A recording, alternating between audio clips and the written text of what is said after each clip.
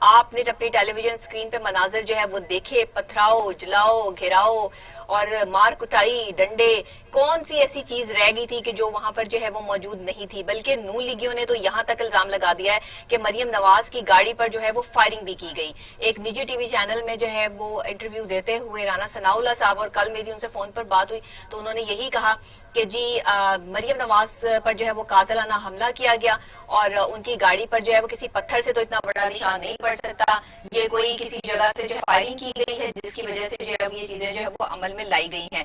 اب یہ کارکنوں میں اس میں جو جھڑپیں نظر آئیں وہاں پر ایسا نہیں لگ رہا تھا کہ مریم نواز صاحبہ پیشی ہے، لگ یہ رہا تھا کہ کوئی میدان جنگ ہے، کوئی جنگ چھڑ گئی ہے اور وہاں پر جو ہے وہ پولیس جو ہے وہ کسی دوسرے ملک سے آ گئی ہے اور یہ عوام جو ہے کسی دوسرے ملک کی ہے اور آپس میں ایک دوسرے کو جو ڈنڈوں اور مکوں اور جو ہے وہ پتھروں کی بارشیں ہو رہی تھی، بلکہ ٹرک بھر کر جو پتھر لائے گئے تھے وہ وہاں برسائے بھی گئے۔ اور مریم نواز کو جو ہے وہ نیب نے یہ بھی کہا کہ آپ واپس چلی جائیے، اس کنڈیشن اور ان حالات میں ہم آپ کو نہیں سن سکتے ہیں۔ تو مریم نواز جو ہے وہ وہاں سے جو ہے وہ واپس چلے گی۔ ان کے گاڑی کا شیشہ ٹوٹ گیا، 50 سے زائد لیگی کارکن جو ہے گرفتار کر لیے گئے۔ نیب کی طرف سے جو ہے وہ تھانہ چونگ میں جو ہے وہ درخواست بھی دائر کر دی گئی ایف آئی آر کے لیے، اور اس میں جو ہے وہ تمام لیگی رہنماؤں کے نام بھی درج ہیں۔ وہ ایف آئی آر کی کاپیز بھی ہمارے پاس موجود ہیں، ابھی ہم سٹوری میں اس کو ڈسکس کریں گے تو پھر میں آپ کو وہ کاپیز بھی اور جو وہاں کی لیٹسٹ صورتحال تھی اس ٹائم پہ جو رانا ثناءاللہ کی گاڑی سے جو ہے فوٹیجز جو بنائی گئی وہ بھی میرے پاس جو ہے وہ موجود ہیں، وہ بھی میں آپ کو جو ہے وہ دکھاؤں گی، لیکن ہم یہ سٹوری میں جو ہے وہ اس کو ڈسکس کریں گے۔ اس کے علاوہ جناب آپ کو بتاتے چلیں کہ عمران خان پیچھے ہٹنے یا گھبرانے والے نہیں ہیں۔ اسد عمر صاحب کی طرف سے یہ بیان سامنے آیا ہے کہ شوگر مافیا کے خلاف کیسز دائر ہونے جا رہے ہیں۔ شوگر کے حوالے سے ظاہر یہ کیسز جو چل رہے تھے اس میں بہت سارے لوگ اور اپوزیشن کے لوگ بھی جو ہے وہ یہ دعوے کر رہے تھے کہ شوگر کیسز کو جو ہے وہ دبا دیا جائے گا اور اس میں جو ذمہ داران ہیں، جو حکومت کے اپنے لوگ ہیں، ان کو سزا نہیں دی جائے گی۔ تو اسد عمر صاحب جو ہے وہ صاف اور واضح الفاظ میں یہ کہتے ہیں کہ وزیر اعظم عمران خان پیچھے ہٹنے یا گھبرانے والے نہیں ہیں۔ شوگر مافیا کے خلاف کیسز دائر ہونے جا رہے ہیں، چینی کی قیمتیں کم کریں گے، نواز شریف اور شاہد خاقان عباسی جو کچھ کر کے گئے ہم عوام کو بتاتے رہیں گے۔ یہ اسد عمر صاحب کی طرف سے جو ہے بیان سامنے آیا ہے۔ اس کے علاوہ جناب کچھ انٹرنیشنل ایک دو نیوز جو ہے وہ میں نے پروگرام میں شامل کرنی ہے، اس ہم آپ کو جو ہے بتاتے چلیں کہ روس میں متنازع صدارتی انتخابات پر دوسرے روز بھی ہنگامے جو ہے وہ سامنے آئے ہیں اور مظاہرین نے جھڑپوں کے دوران ایک شخص جو ہے وہ ہلاک بھی ہوا ہے۔